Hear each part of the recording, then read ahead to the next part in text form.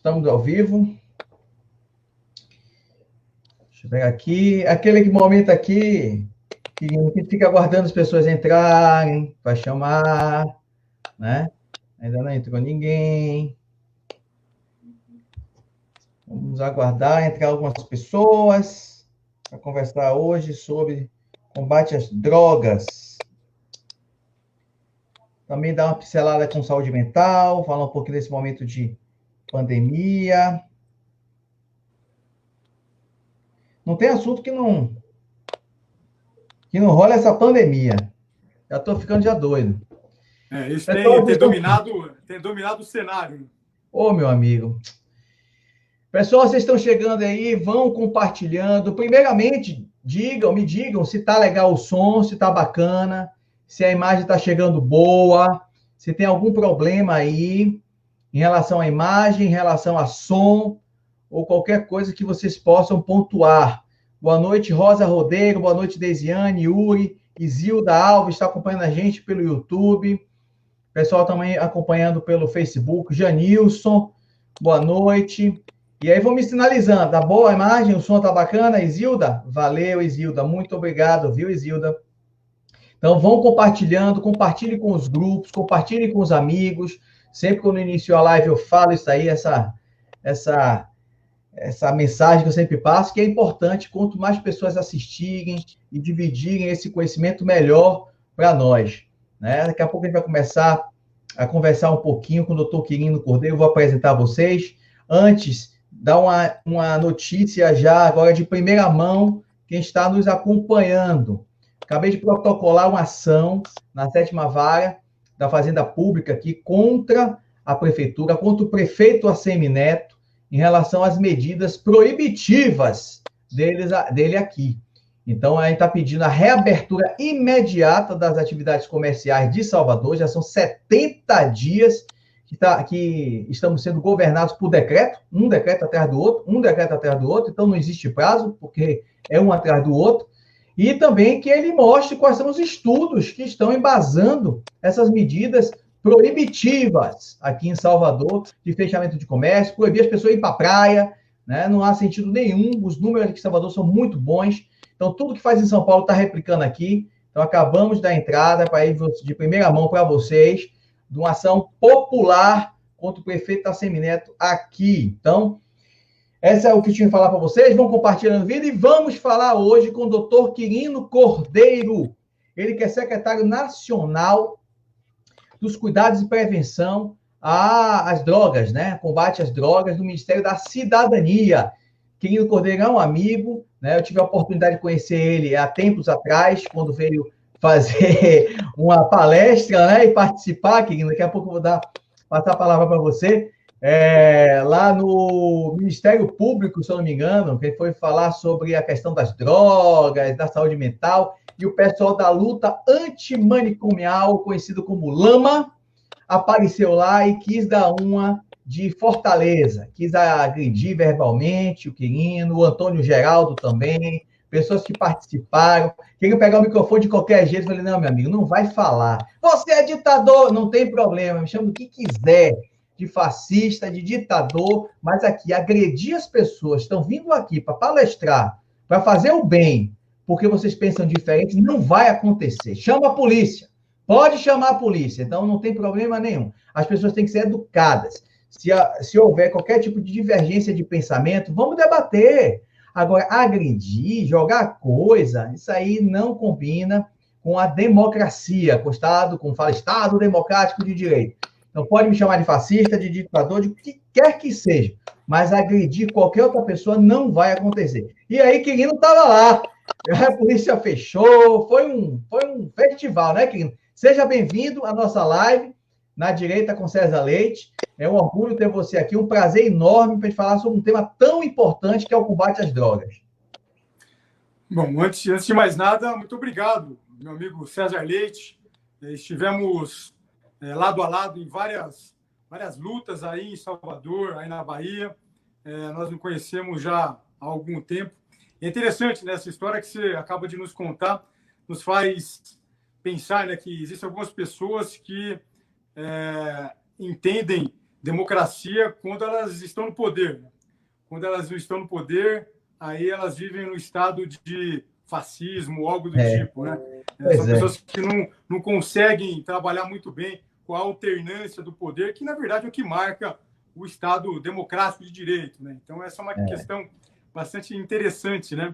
Mas nós tivemos juntos, né, em batalhas bastante importantes, né? Como eu disse, aí na Bahia.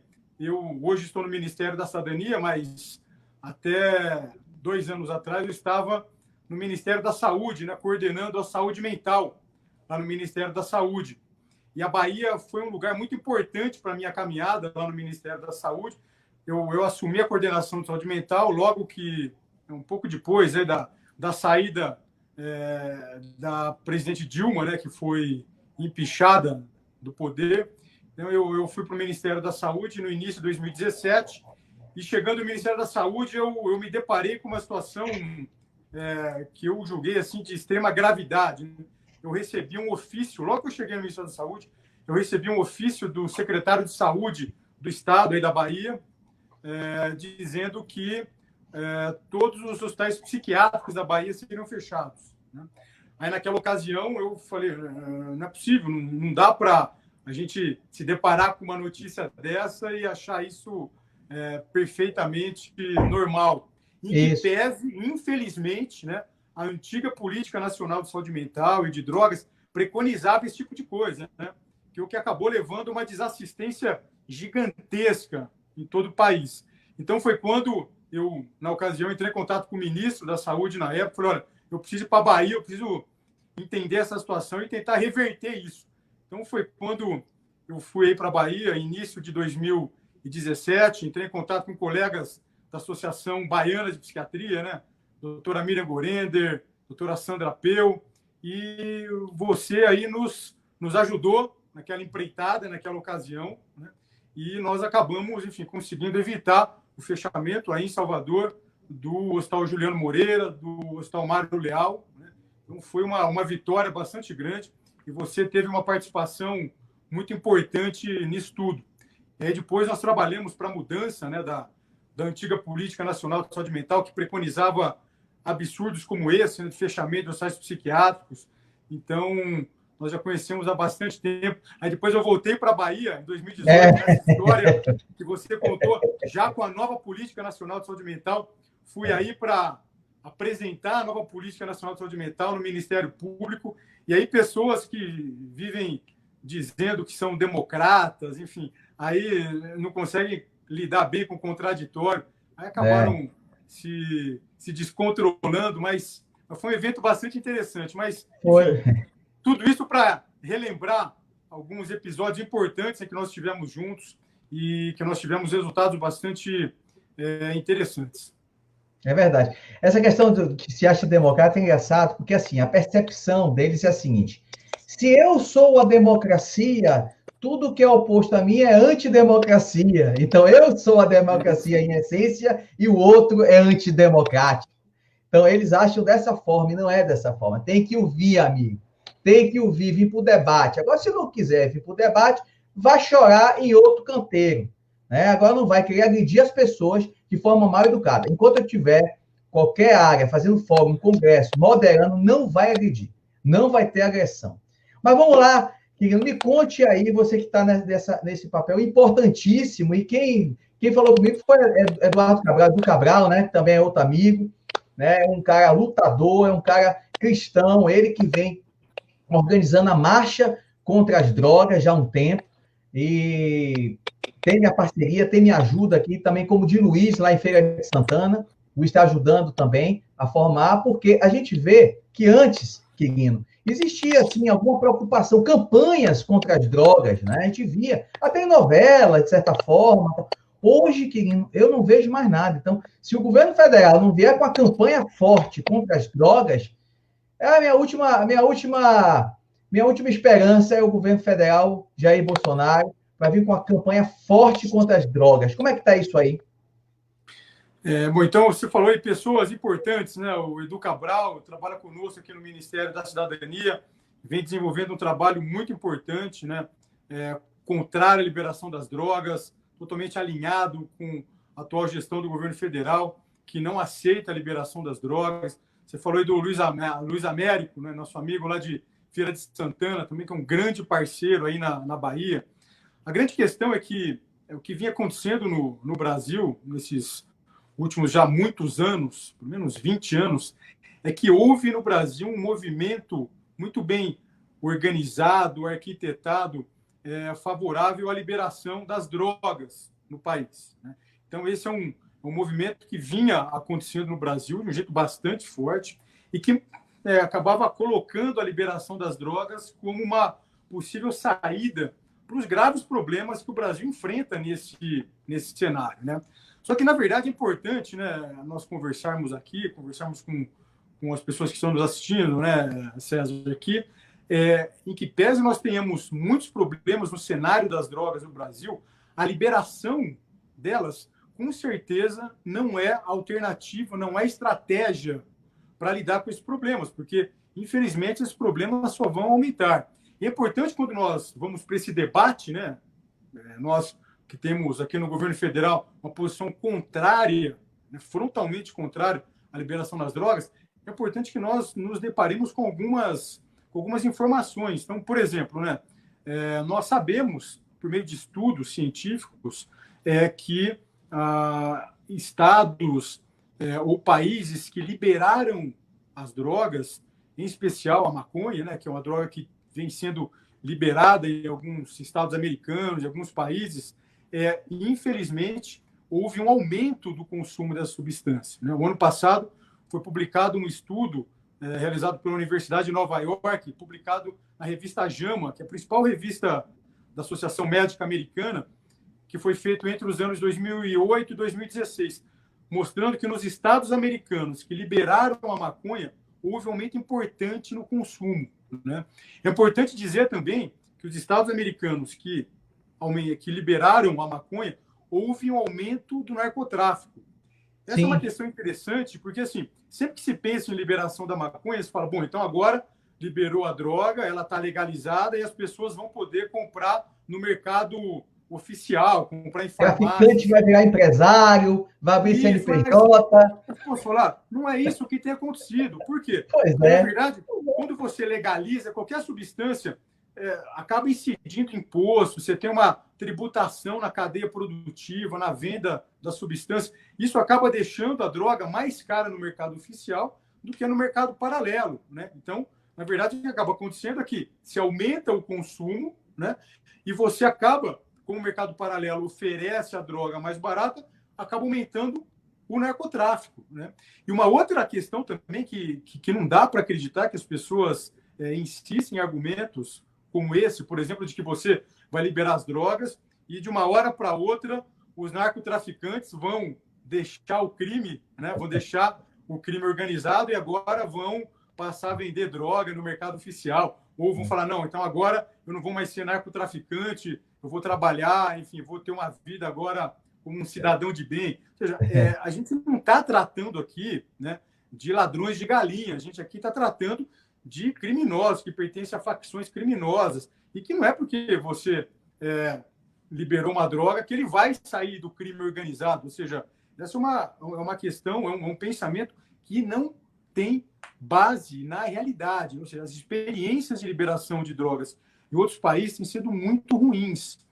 E a gente sabe que a liberação das drogas também leva a outras consequências muito danosas para a sociedade, como, por exemplo, o aumento da violência, né? Sim. O Uruguai, nosso vizinho, um país, até a liberação das drogas, um país pacato, vive hoje uma situação muito difícil no que diz respeito à segurança pública, né?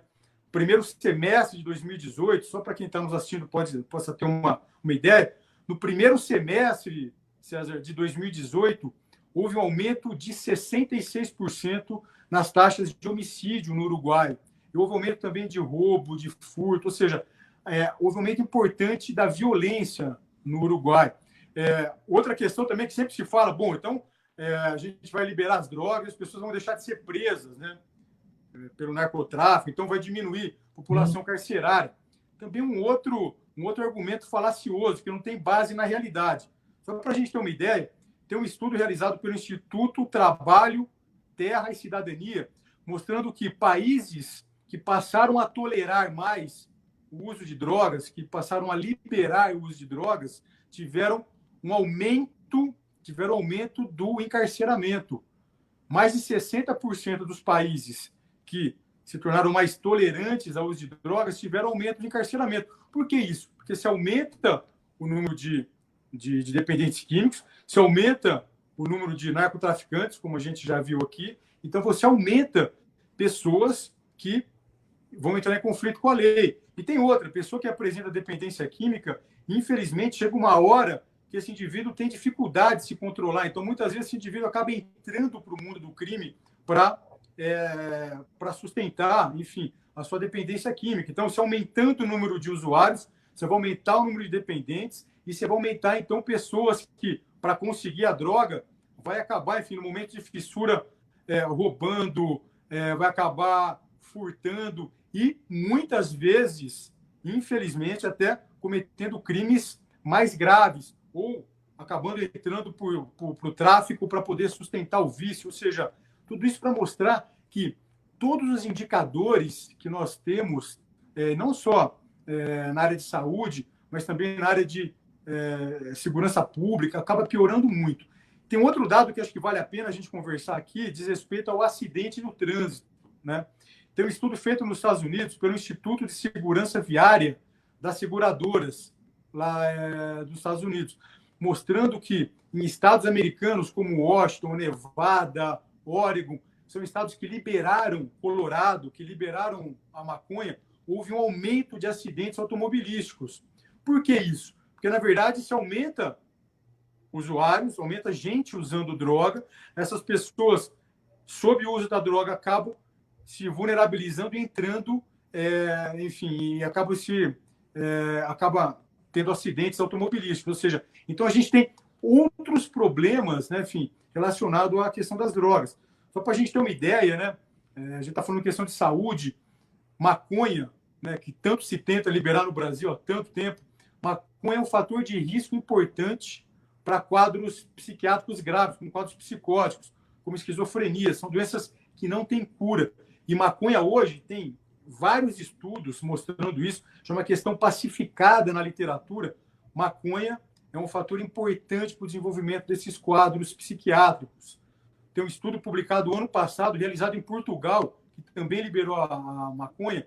Desde a liberação da maconha até o ano passado, houve um aumento, César, de 30 vezes de internações psiquiátricas em Portugal decorrente de surtos psicóticos relacionados à maconha.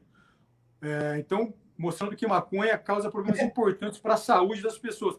E um último dado que eu acho que é interessante, porque todo mundo fala que não, vamos liberar as drogas, a gente vai aumentar a arrecadação de imposto. Agora, né, parece que assim, a gente vai sair do buraco, né? Enfim, então, agora está liberando droga, porque vai aumentar muito o imposto, a gente vai ter dinheiro, o Estado vai ter dinheiro para, enfim, custear a política pública. Isso daí é uma situação que não faz o menor sentido, né? Tem um estudo publicado recentemente, realizado no estado de Colorado, lá nos Estados Unidos, que liberou a maconha, que mostra que, claro que teve aumento da arrecadação, mais gente usando, você teve aumento da arrecadação. Só que só os gastos, né, diretos e indiretos que o Estado teve por conta de problemas vários relacionados a esse aumento do uso de maconha que teve no Colorado, os impostos arrecadados foram 4 vezes menor do que os gastos relacionados a problemas que os usuários acabaram tendo. Ou seja, tudo isso para mostrar que, em que pese essa campanha toda que se vem fazendo para a liberação das drogas, a sociedade brasileira não pode se equivocar, não pode entrar nessa. Liberação das drogas não é a saída para os graves problemas que a sociedade brasileira tem. Essa relação que você falou da maconha, recentemente teve um caso com o filho de um colega médico.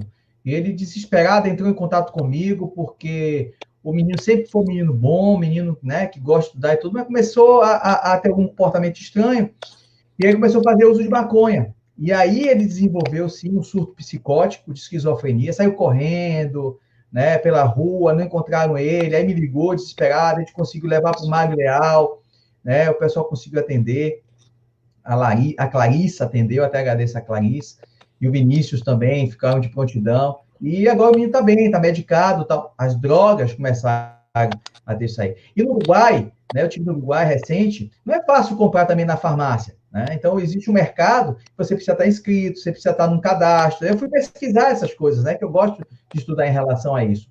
E um dos fatores que são importantes é o que você falou. Quando você vai fazer no mercado formal, você não pode fazer a droga de qualquer jeito. Tem que ser a droga purificada, a droga selo e metro, e aí você vai ter um produto, insumo caro, porque você vai pagar imposto, vai ter que pegar o melhor. Plantar, pagar água, luz, trabalho, tudo isso que o empreendedor paga, o empreendedor de qualquer produto paga, vai sobressair no preço do produto. E aí, como você falou, acaba que não vence nem o mercado, porque o mercado não consegue prover a quantidade suficiente, né? Porque aumenta o número de pessoas usuárias, e aí o preço vai lá para cima. O preço vai lá para cima, ele vai para o mercado paralelo, que é do traficante, que aí, opa, agora ficou bom o negócio, começa a ter mais briga. Então, o Uruguai está tendo, como você falou, muito mais disputa de facções mesmo criminosas que não tinham, né? Que não tinham. Sim. E é interessante você comentar essa questão. Por exemplo, o Canadá, o ano passado, fechou o ano com acúmulo de produção de maconha. É interessante isso, né? Foi publicado no passado que no Canadá, o Canadá fechou no passado com acúmulo de 400 toneladas de maconha. Ou seja, se apostou muito, né, na liberação da maconha no Canadá, se apostou muito que o mercado oficial fosse deslanchar. Só que, na verdade, o que acaba acontecendo é isso, né? O preço da droga no mercado oficial acaba sendo muito mais caro do que o mercado paralelo. E, por conta disso, enfim, o que acaba acontecendo é que você acaba tendo um aumento do narcotráfico e de todos os problemas advindos disso. Né? Agora, me diga uma coisa, a gente sempre, né, quando vai para esse debate, o pessoal fala, mas a experiência da Holanda é maravilhosa, e o cara se droga ali, tem uma ruazinha, que tem toda uma assistência pública, né, porque a pessoa tem a liberdade de utilizar a droga, vamos defender a liberdade de uso da droga. Como é que está a situação da Holanda? Vem provando que, pelo contrário, aumentou os gastos públicos, né, o impacto da saúde lá na Holanda é muito maior, e eu acho que o benefício dessa liberdade a todo custo do uso da droga não é bem vista isso lá, né, Kim? E, na verdade, o governo holandês tem reformulado, né, a sua política pública sobre drogas, ou seja, mesmo lá, agora, mais recentemente, tem tido, enfim, um fechamento da possibilidade, né, de você fazer uso de maconha, enfim, como acontecia de um jeito mais fácil há tempos atrás. Ou seja, as experiências que os países que liberaram a maconha têm enfrentado, as dificuldades, têm levado esses países e alguns estados americanos, né, a repensar essa política de maior facilidade para que as pessoas possam obter a droga. E me diga uma coisa, e quais são as medidas hoje dentro da política nacional, né, de saúde mental e combate às drogas, que o governo federal vem implementando no país? Essa é uma questão interessante, porque nós conversamos um pouquinho aqui no início do nosso bate-papo, né, que no final de 2017, eu ainda no Ministério da Saúde, nós começamos a mudar a política nacional de saúde mental. E agora, no ano passado, né, já nessa nova gestão do governo federal, nós mudamos também a política nacional sobre drogas. Né? Então, nós temos uma série de ações que colocam essas duas políticas bastante alinhadas. E, no mês de junho do ano passado, 2019, no dia 5, foi publicada a nova lei de drogas. Então, hoje, César, nós temos 3 normativas. Nós temos a Política Nacional de Saúde Mental, a Política Nacional sobre Drogas e temos a nova Lei de Drogas. São 3 normativas que se alinham entre si e dão novos norteamentos para as ações que o governo federal tem tomado. Primeira questão que é importante, né, que é um pressuposto dessas novas ações, baseado, então, nessas novas normativas, é uma posição claramente contrária à liberação das drogas que o governo federal tem hoje. Então, hoje, o governo federal tem uma posição contrária e que, na verdade, é uma posição que se embasa nas novas normativas. as novas normativas no Brasil hoje são claramente contrárias à liberação das drogas. E aqui cabe uma questão interessante, né? Quando nós estávamos discutindo a mudança na política nacional sobre drogas, no Conselho Nacional de Política sobre Drogas, que lá tem representantes do governo, representantes da sociedade civil, nós estávamos ali num debate, e foi interessante porque quando nós apresentamos, então, a solicitação, né, a proposta de mudança na política de drogas, foi interessante porque teve um camarada lá que falou, não, mas esse texto, do jeito que está aqui, eu não vou aprovar, porque nós colocamos que a política de drogas, né, do Brasil teria que ser contra a liberação das drogas, porque a população brasileira é majoritariamente contra a liberação das drogas. Uhum. Não existe, César, uma enquete, uma pesquisa, qualquer tipo de avaliação de opinião pública que mostre que a população brasileira é favorável à liberação das drogas. E nós fizemos constar isso, né, no texto que nós acabamos aprovando lá no Conselho Nacional de Política sobre Drogas, e acabou, então, dando a possibilidade de, ano passado, nós mudarmos a política nacional sobre drogas. Aí o camarada falou, não, eu não aceito isso. Aí eu falei para ele, olha, se você trazer aqui para mim, né, qualquer estudo, qualquer enquete populacional, qualquer pesquisa que tenha sido feita com a população brasileira, mostrando que a população brasileira é favorável à liberação das drogas, bom, ok, eu mudo de ideia e tiro essa questão então da política. E não me trouxe, porque não existe. O que vem acontecendo é que alguns grupos minoritários vêm tentando impor essa pauta goela abaixo da população brasileira, e a população brasileira é contrária à liberação das drogas. E precisa ser, porque a liberação das drogas, novamente, não é o caminho para a gente sair desses problemas todos que a gente tem. Então, falando das mudanças, a primeira delas é essa, né? Na verdade, as novas normativas são contrárias à liberação das drogas e acabam primando, acabam buscando a construção de uma sociedade protegida das drogas, né? Então, essa é uma questão.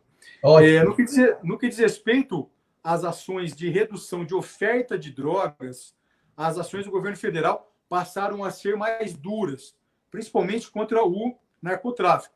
É só a gente ver, o ano passado, esse ano, as apreensões de drogas no Brasil têm aumentado de maneira substancial. Polícia Federal, Polícia Rodoviária Federal, Receita Federal tem tido uma participação importante. Por quê? Porque o governo brasileiro hoje não é mais condescendente com o narcotráfico. Essa é uma questão importante. O governo brasileiro tem uma posição firme contra o tráfico de drogas hoje.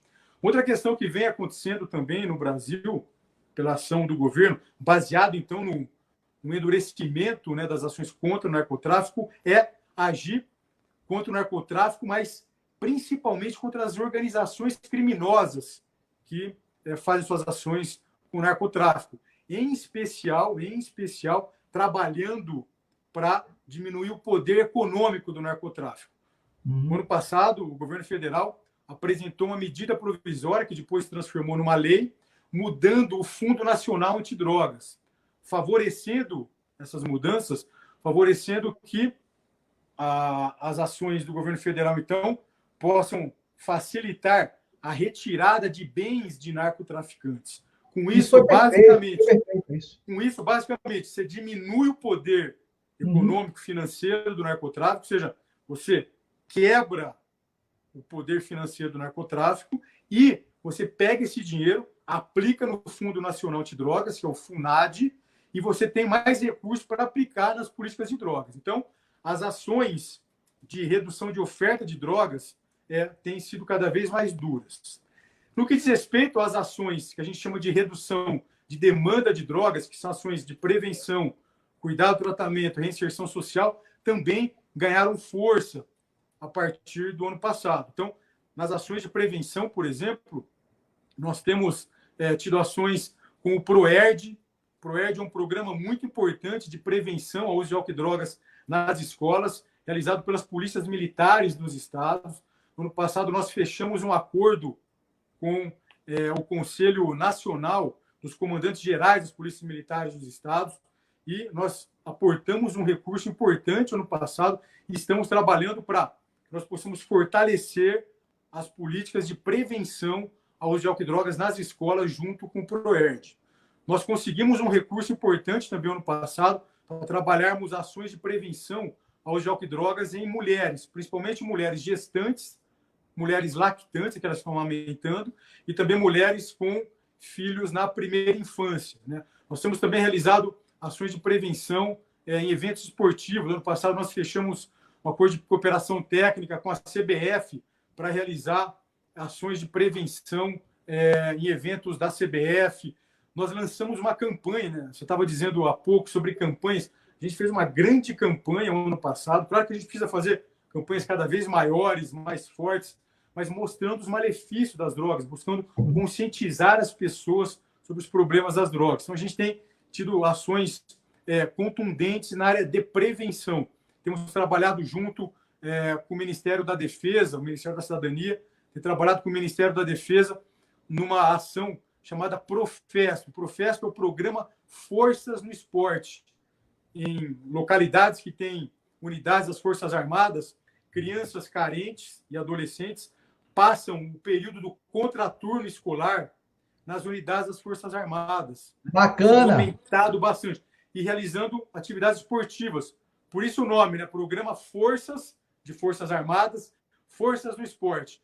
Ou seja, a criança, nesse período em que ela fica fora da escola, ela está numa unidade das Forças Armadas, protegida das ações do crime organizado, do narcotráfico, do contato com as drogas e realizando atividade esportiva. Então, excelente ideia, Quirino. Adorei essa ideia, Quirino. Esse daí é o Profesp, um programa importante que a gente está dando cada vez mais potência a ele. É importante, né, e a gente colocou isso nas novas ações do governo federal, nas novas normativas, que as ações de prevenção precisam acontecer com crianças, com adolescentes.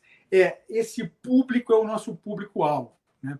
Nós também, na área de cuidado, tratamento, desde lá de trás, das mudanças na política de saúde mental, nós temos trabalhado para ofertarmos cuidados variados. Você estava falando sobre o movimento da luta antimanicomial, que trouxe uma desassistência gigantesca para o Brasil, porque por conta de questões ideológicas foram fechando serviços. Então, fecharam hospitais, fecharam ambulatórios, fecharam os tais-dia, fecharam comunidades terapêuticas, ou seja, provocaram uma desassistência gigantesca e sem ter base de sustentação para isso, né? Esse que é o grande problema. Dia do orgulho louco, né? Dia do orgulho louco. São questões assim que são inacreditáveis, ou seja... Dia do orgulho do drogado, que eles botam, né? Então, o que a gente tem buscado fazer, né? Primeiro, por exemplo, o hospital psiquiátrico. Não fecha mais o hospital psiquiátrico no Brasil. A gente não pode. Hoje no Brasil, César, só para você ter uma ideia, e quem está nos assistindo, hoje no Brasil, nós temos 1/3 do número mínimo de leitos que nós deveríamos ter para internação de pessoas com transtornos mentais e dependência química. E quando a gente fala de internação psiquiátrica, como a medicina moderna entende, como nós, o governo federal, entendemos, não é um lugar de você pegar e colocar a gente para que essa pessoa fique afastada da sociedade. Não é nada disso. É um lugar que você vai colocar a pessoa, como acontece no Mário Leal, aí em Salvador, no Juliano Moreira. Você vai colocar a pessoa para que essa pessoa possa ser cuidada no momento de agudização do seu quadro clínico. Perfeito. Uma vez revertida essa situação, ela volta para a sua família, ela volta para o convívio social. O que a gente vinha enfrentando no Brasil por conta da redução irresponsável, César, de leitos que vinha acontecendo, e aconteceu muito aí na Bahia, aconteceu no Brasil inteiro, né? Na verdade, essa redução de leitos tem levado basicamente o Brasil a ter um aumento de suicídio. Por quê? A pessoa que apresenta um risco de suicídio, que precisaria ser internada para que ela fosse cuidada, se não tem vaga, essa pessoa não é internada e ela acaba se matando.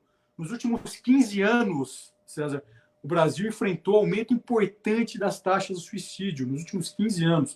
O Brasil vem enfrentando aumento importante de pessoas em situação de rua, e muitas dessas pessoas apresentam transtornos mentais graves e dependência química. As cracolândias têm se espalhado pelo Brasil inteiro. Por quê? Porque as pessoas não vinham recebendo tratamento adequado. Esse que é o problema, senhor. Não vinham recebendo tratamento adequado. A gente vinha tendo também um aumento importante do encarceramento de pessoas com dependência química e transtornos mentais. Por quê? Essas pessoas não recebiam o cuidado adequado, elas agudizavam o seu quadro clínico elas acabavam entrando em conflito com a lei e eram presas. Ou seja, basicamente, a luta antimanicomial, o que causou no Brasil foi Encarceramento. aumento de morte de pessoas com transtornos mentais e dependência química, aumento de suicídio, aumento de pessoas em situação de rua, em especial nas Cracolândias, e aumento do encarceramento dessas pessoas. Foi uma situação inaceitável. E o que a gente vem buscando agora é ofertar internação quando for preciso, no hospital psiquiátrico, no hospital geral, em clínica especializada, cuidado de base comunitária, ambulatório, CAPS, cuidado em residências terapêuticas, para o indivíduo ficar um tempo maior em recuperação, né, nas comunidades terapêuticas. Ou seja, o que as pessoas precisam é ter uma rede ampla, César, de cuidado. E o que você, na verdade, vem trabalhando aí em Salvador para conseguir. As pessoas têm que ter uma rede ampla. Ou seja, se ela precisa de internação, ela tem que ter um lugar para fazer internação. Se ela precisa de um ambulatório para fazer a sequência do seu tratamento quando ela estiver em casa, recuperada, ela tem que ter um ambulatório. Se ela precisar de um pronto-socorro, ela tem que ter um pronto-socorro. Ou seja, a oferta de serviço, o Estado, né, o município, o governo federal, tem que ofertar o serviço de acordo com a necessidade das pessoas. Perfeito. Né, e não de acordo com questões ideológicas.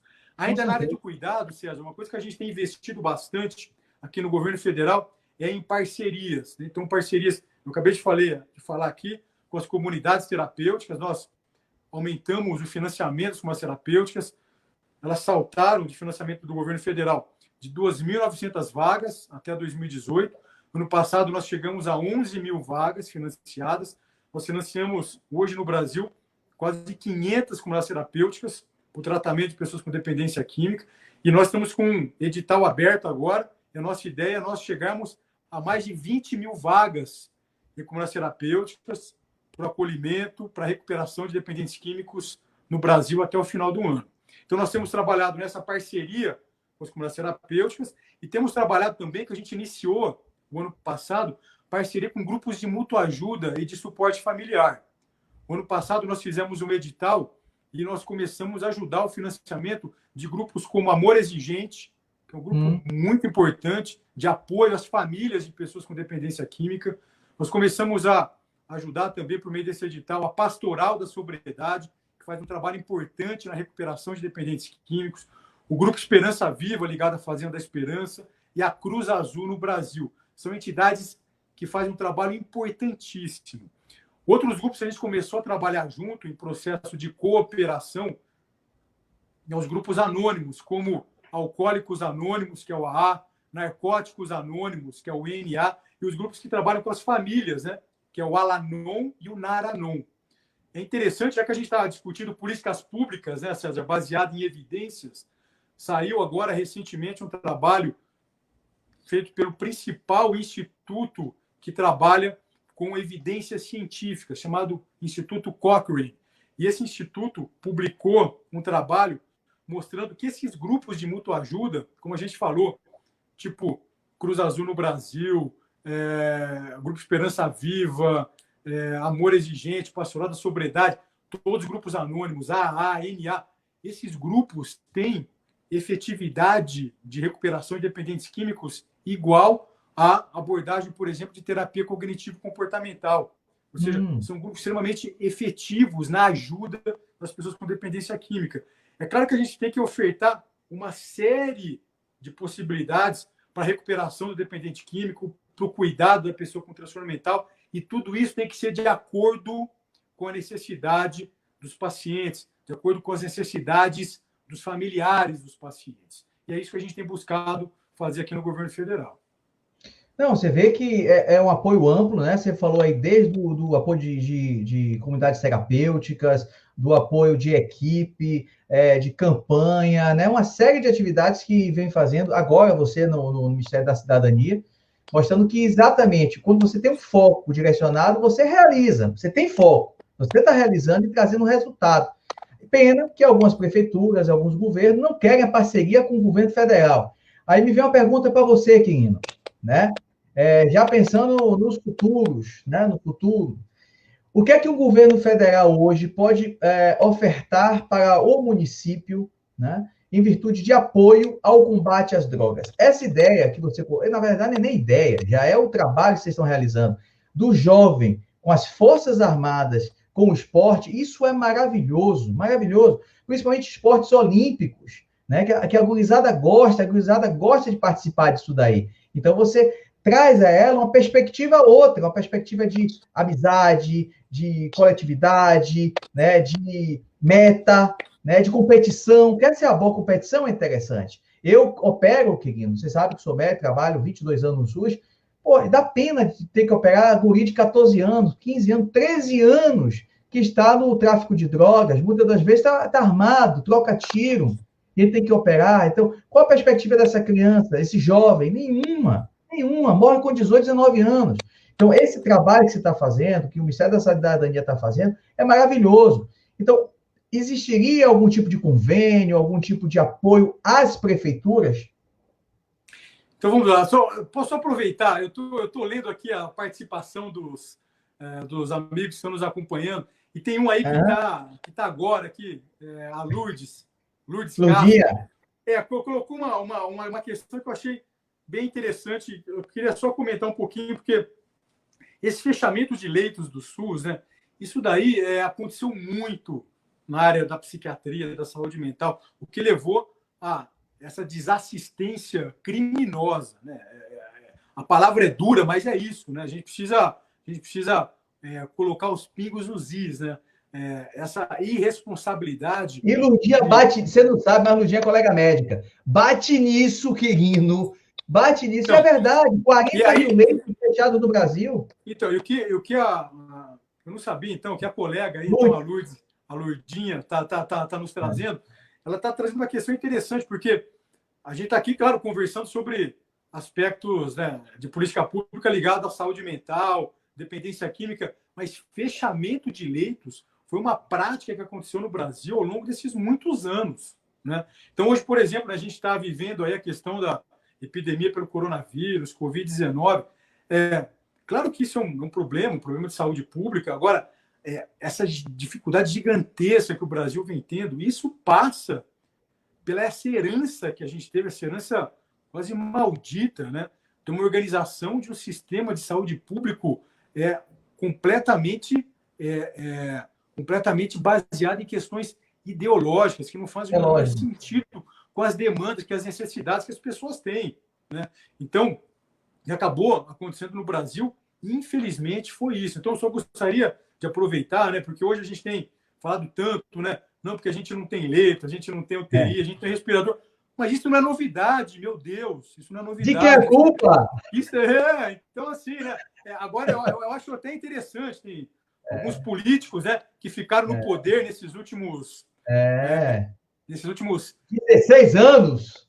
Nesses últimos 4 mandatos, né? E aí esses caras aí, cara de pau, assim, vem falando não, porque não tem leito no Brasil. Pô, e a culpa é de quem, né? Quem que ficou no poder, né? Quem que exerceu o poder de maneira tão, enfim, irresponsável? Então, isso é só para ficar claro, né? Porque a gente precisa comentar, a gente precisa entender esse cenário, né? Para que a gente não o repita nunca mais no Brasil, né? Bom, então, essa é uma questão que eu queria frisar, aproveitando aqui a nossa conversa e o que nos foi trazido aqui.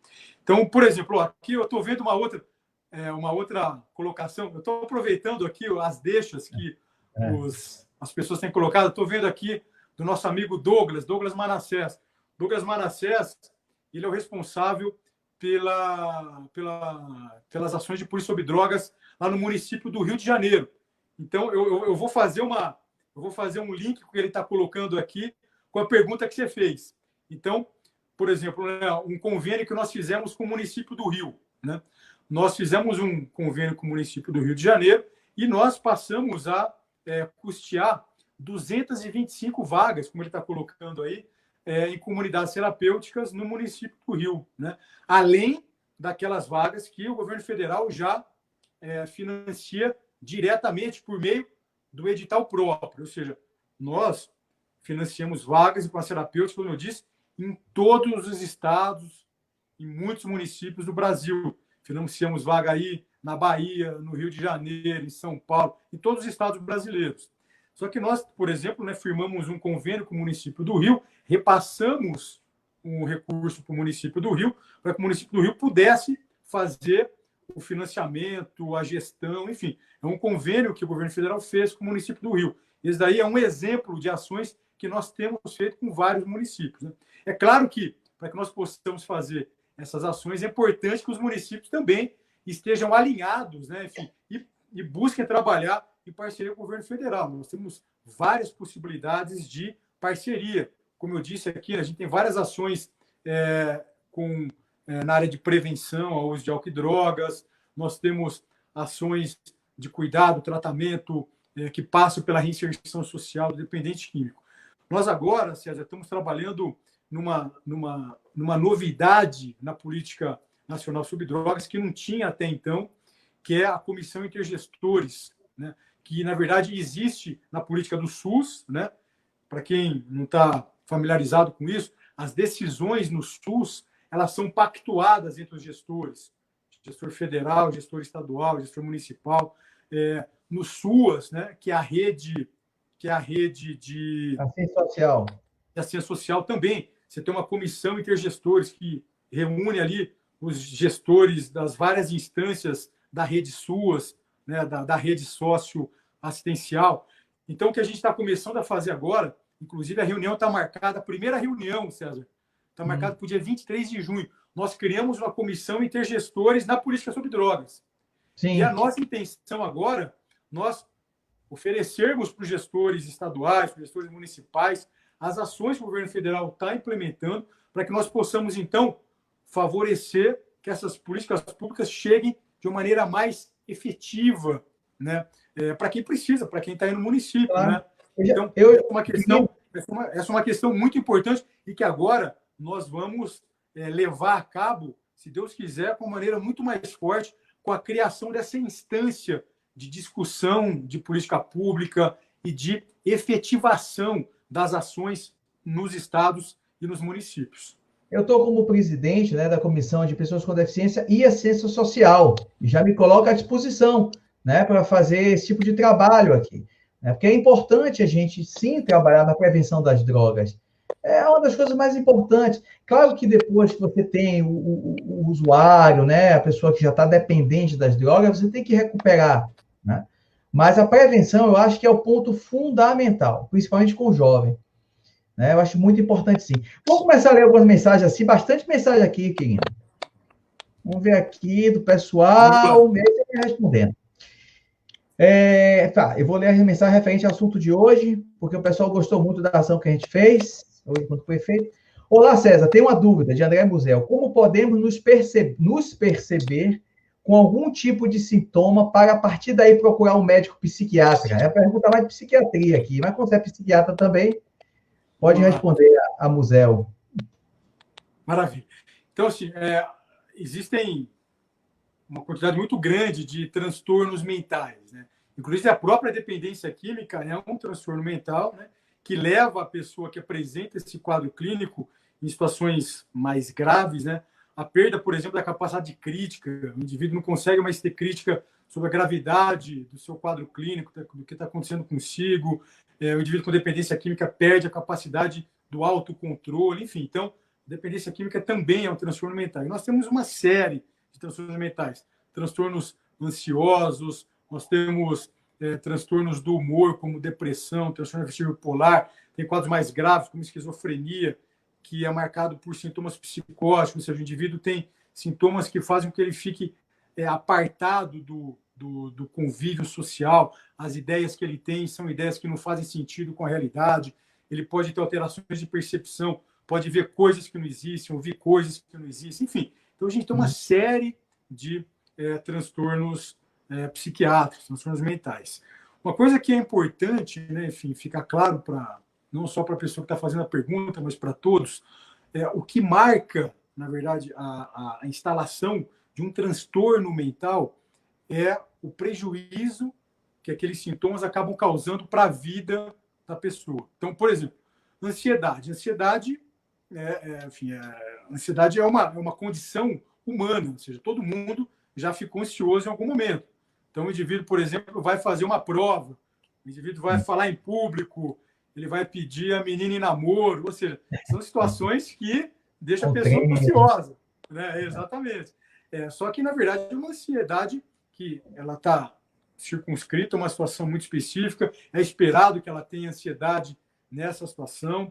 Agora, se os sintomas de ansiedade começam a aparecer fora de contexto, mas principalmente começam a causar sofrimento, começam a causar dificuldade para a pessoa, aí é importante que a pessoa busque ajuda profissional. Por exemplo, um indivíduo que tem um quadro de tristeza. Tristeza todo mundo tem. Eu já tive tristeza muitas vezes na minha vida, com certeza você também, e todas as pessoas. Por quê? Porque tristeza é uma condição humana, né?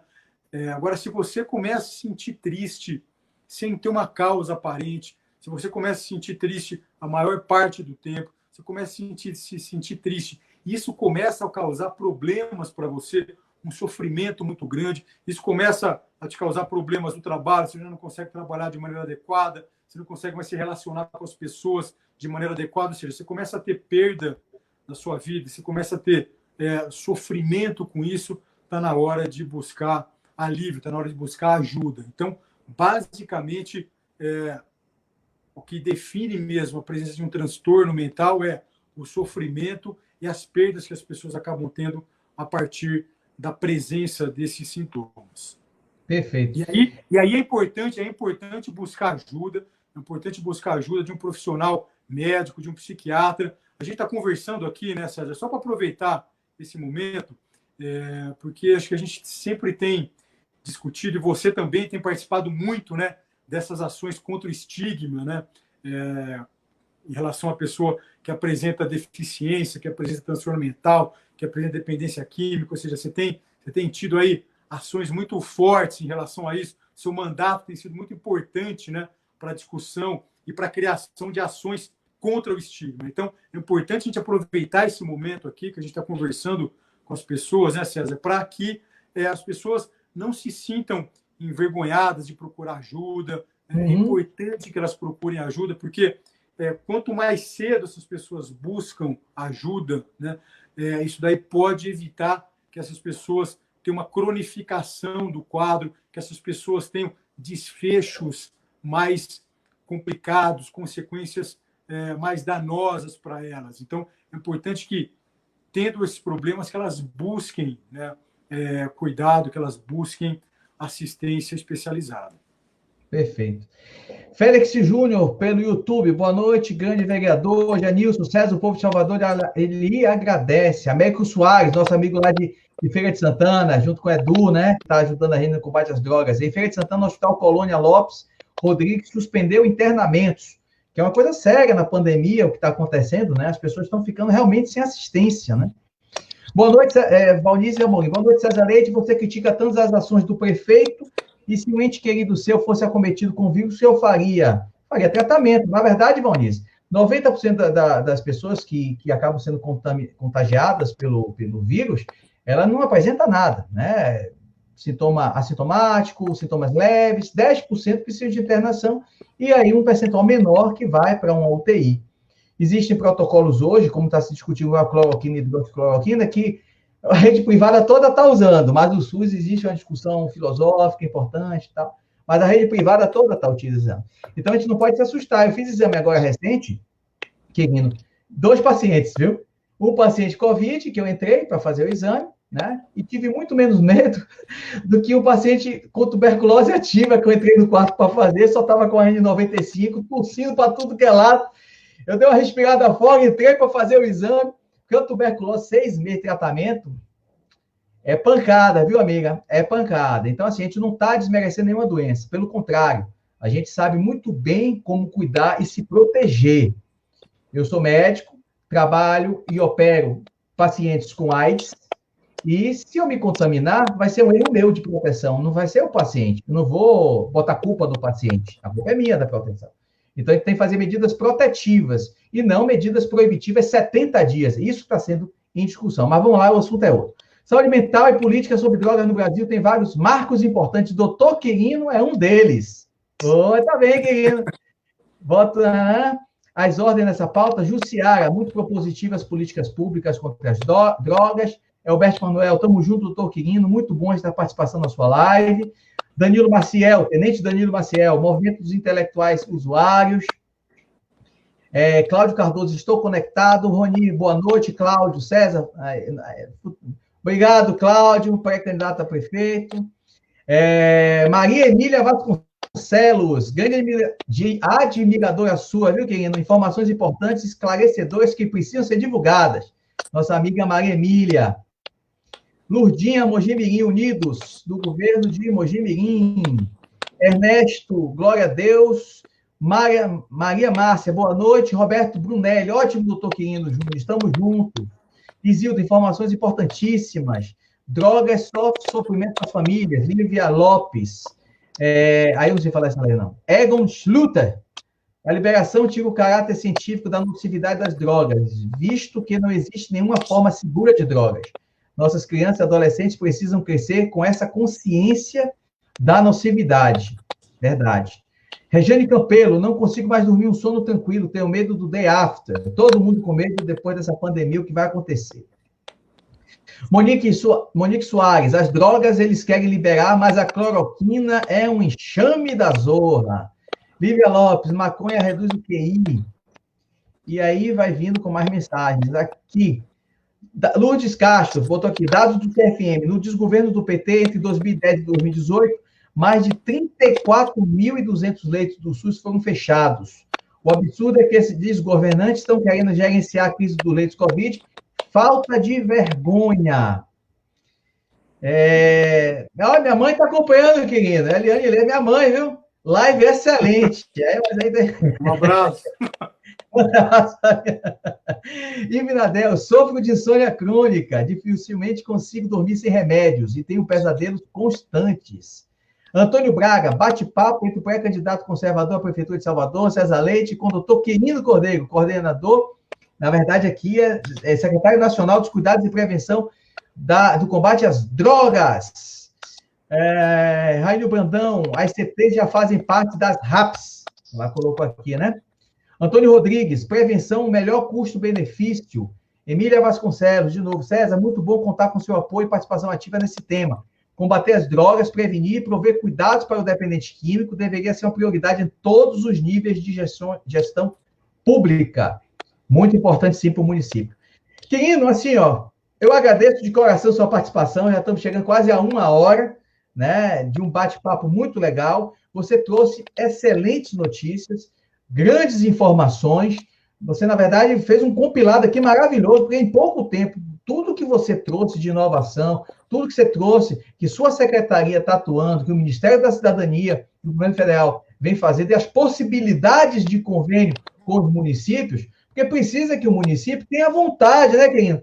Precisa o município pedir, dizer, olha, eu tenho demanda, eu vou buscar. Não dá para sempre o Governo Federal ficar adivinhando quais são as necessidades de cada município. Então, eu agradeço a tua disponibilidade com a nossa live, essa participação. Você sempre foi muito participativo, sempre foi muito acessível. Então, gostaria de deixar aqui esses minutos finais para você mandar um abraço para o pessoal aqui da Bahia. Bom, então, mais uma vez, meu amigo vereador César Leite, eu agradeço pela oportunidade de estar aqui conversando com você, conversando com todos os amigos aí da Bahia, aí de Salvador. Eu acho que nós vivemos um momento importante da história do país, nós estamos vivendo momentos de mudança das políticas públicas, né? Não só na área de saúde mental, dependência química, enfim, mas nós estamos vivendo momentos de mudanças que são mudanças importantes, ou seja, o Brasil vinha apresentando problemas importantes em várias áreas do país. Então, é importante que a população tenha, enfim, conhecimento disso. E, claro que fazer mudanças não é fácil, né? Existe um status quo estabelecido, né? Existem pessoas, grupos políticos que se beneficiaram desse caos social que foi estabelecido no Brasil. E é claro que você implementar mudanças nessa situação não é fácil, mas é importante que nós insistamos, que nós tenhamos juntos, né? É importante que as pessoas se aproximem, é importante que as pessoas continuem trabalhando. Eu estava contando no início, só para a gente fechar, então, agora essa nossa conversa, retomando um pouco do que a gente conversou lá no início, né, do nosso bate-papo.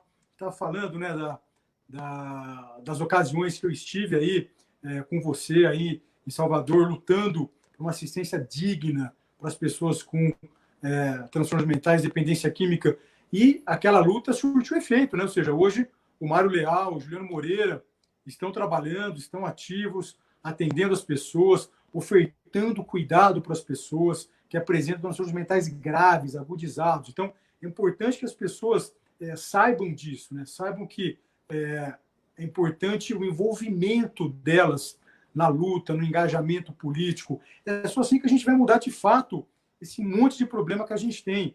Falando nisso, né, quando eu fui aí, nós fomos visitar uma experiência inusitada para mim. Eu fui visitar um CAPS, né, um Centro de Atenção Psicossocial. Era um CAPS modalidade 3, aquele que tinha que ter acolhimento noturno. E cheguei lá, não tinha nada disso, né? Lá no subúrbio ferroviário. Uhum. Cheguei lá e me deparei com uma situação que o governo federal mandava... E aqui só são dois. E aqui só são dois, né? Aqui então, só tem dois. Então, aí fui lá no subúrbio ferroviário, o governo federal aportava recursos para funcionar como um CAPS 3 e, na verdade, não funcionava assim, né?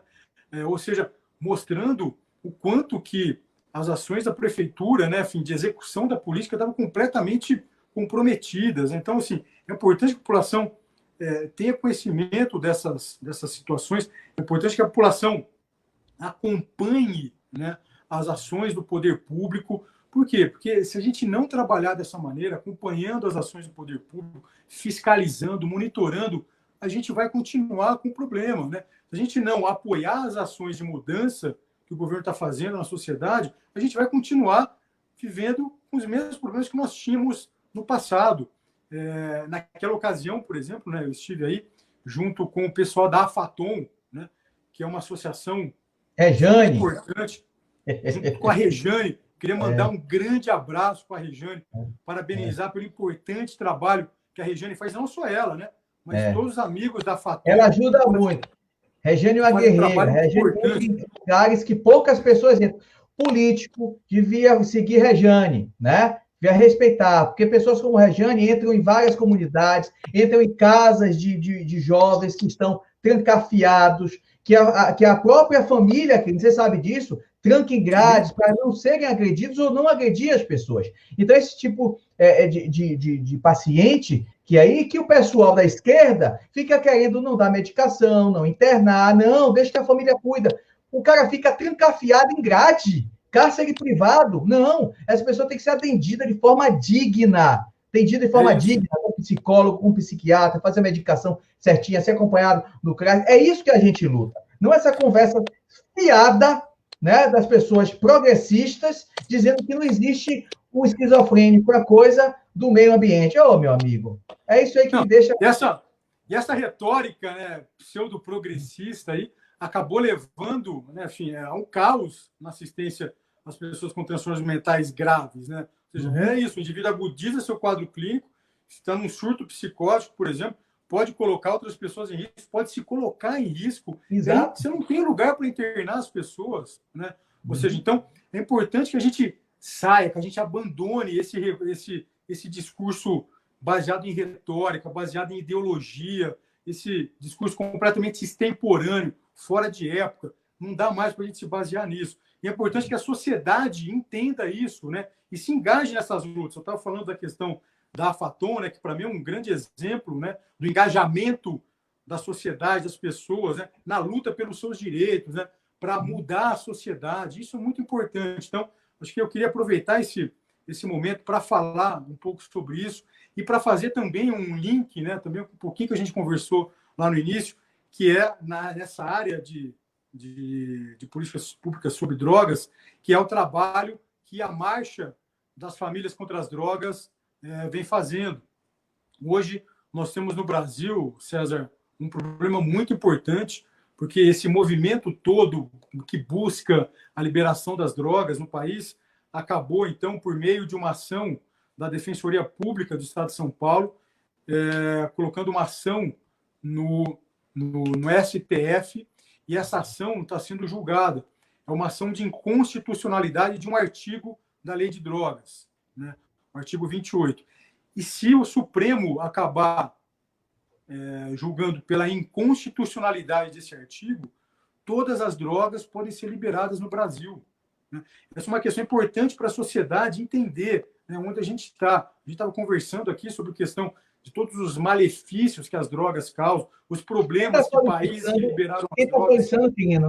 Quem solicitou como inconstitucionalidade? Quem é? É o partido? Quem é? Não, foi a Defensoria Pública do Estado de São Paulo. A Defensoria Pública?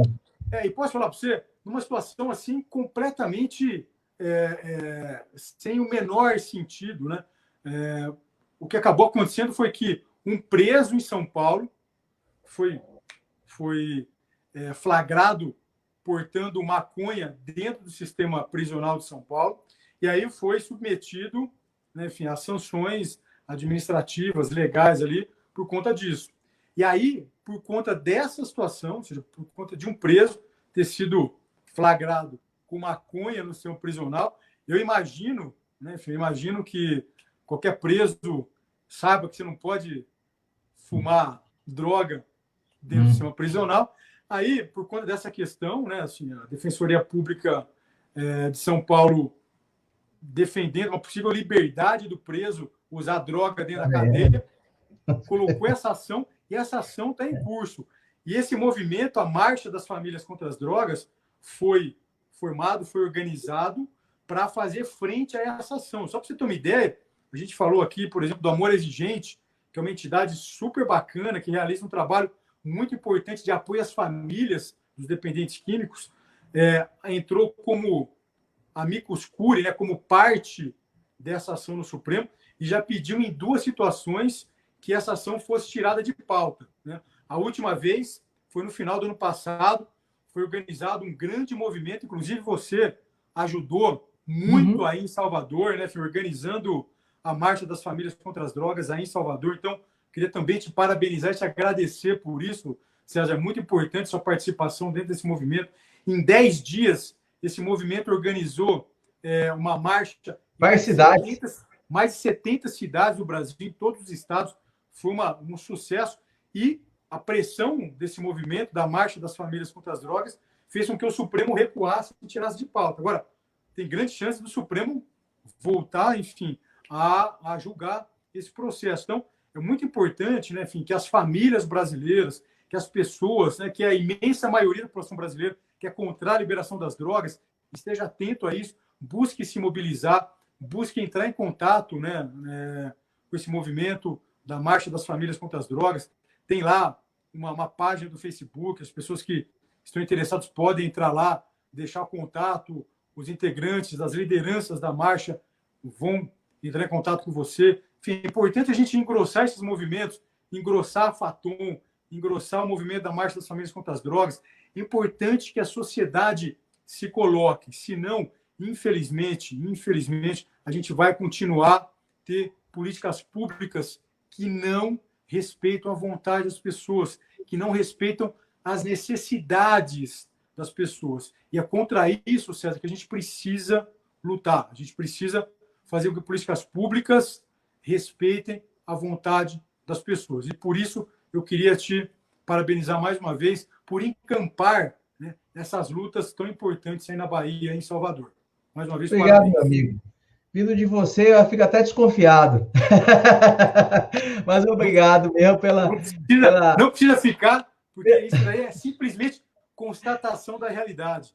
Obrigado mesmo. Mas faz parte da nossa função, né? É que eu falo assim, eu como médico, você como médico, né? A gente é formado, nossa vocação é para servir mesmo. Então, a gente está nessa parte de política, eu como mandato e você como atividade gestora, exatamente para servir. Se a gente não fizer esse papel de forma adequada, tem razão, né? Para entrar nesses cargos, né? Então, eu faço com o maior prazer e responsabilidade, porque eu faço as coisas que eu acredito. Muito obrigado mesmo de coração pela participação. Estou lembrando agora as pessoas para amanhã, nossa live amanhã vai ser com nossa amiga também, Mayra Pinheiro, secretária nacional do Ministério da Saúde. Ela vai falar sobre o Brasil Conta Comigo, e sobre a cloroquina, o protocolo. Amanhã vai ser muito bacana também esse papo, que vamos falar sobre o uso da cloroquina, o protocolo feito pelo Ministério da Saúde, como também o Brasil Conta Comigo, que é o cadastro, né, de profissionais de saúde para atender Brasil afora. Então, querido, muito obrigado mais uma vez. Manda um abraço para a Mayra amanhã. Vou falar com ela assim. Um abração, fica com Deus. Tchau, pessoal. Obrigado, grande abraço. Tchau.